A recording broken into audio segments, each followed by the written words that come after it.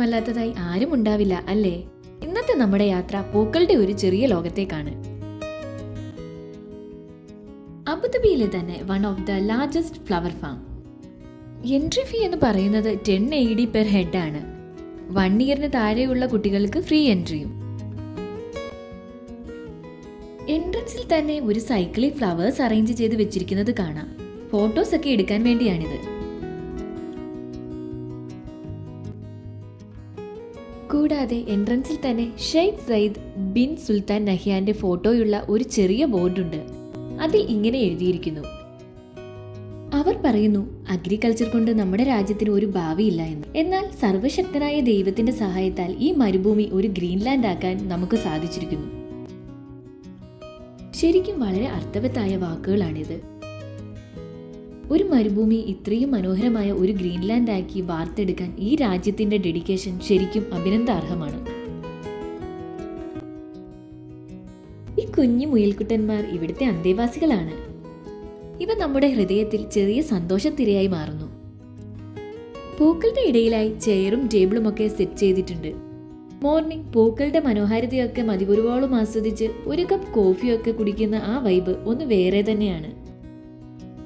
അങ്ങനെ ഒരു ചൂട് കോഫി കുടിക്കണമെന്ന് തോന്നിയാൽ കോഫിയും ഇവിടെ അവൈലബിൾ ആണ്. നമ്മുടെ ആവശ്യാനുസരണം പൂക്കൾ പറിച്ചെടുക്കാനും ഇവിടെ സാധ്യമാണ്. ഓരോ ടൈപ്പ് ഫ്ലവേഴ്സിനും ഡിഫറെന്റ് റേറ്റ് ആണ്. വളരെ ചെറിയ റേറ്റിൽ നമുക്ക് നല്ല പൂച്ചെണ്ടുകൾ സ്വന്തമായി ഉണ്ടാക്കാം എന്നതാണ് വേറെ ഒരു ഹൈലൈറ്റ്.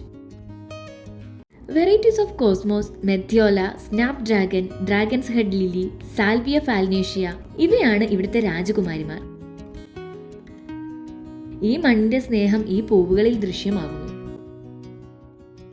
പൂവിന്റെ തേൻ നുകർന്ന് പൂവിനെ ജീവിതമാക്കുന്ന തേനീച്ചകളും പൂക്കളിൽ ചിറകടിച്ച് നൃത്തം വെക്കുന്ന പൂമ്പാറ്റകളും ഇവിടുത്തെ മനോഹര കാഴ്ചയ്ക്ക് മാറ്റുകൂട്ടുന്നു.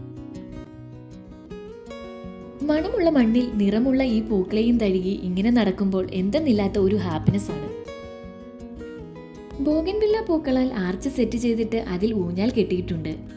ഇവിടെ ഇങ്ങനെ പൂക്കളെ തലോടി പൂമ്പാറ്റകളെയും തേനീച്ചകളെയും പല വർണ്ണത്തിലെ പൂക്കളെയും കണ്ട് ഊഞ്ഞാലാടുന്നത് മനോഹരമായ ഒരു അനുഭവം തന്നെയാണ്. ഫുഡ് കഴിക്കാനുള്ള സൗകര്യവും ഇവിടെ ഒരുക്കിയിരിക്കുന്നു.